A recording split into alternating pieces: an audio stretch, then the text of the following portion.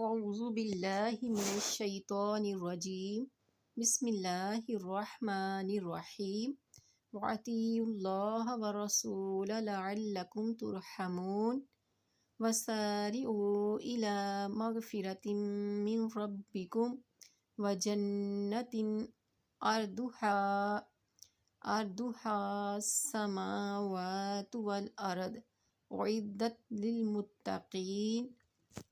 اور اللہ تعالیٰ کی اطاعت کرو اور اس کے رسول کی اطاعت کرو تاکہ تم پر رحم کیا جائے،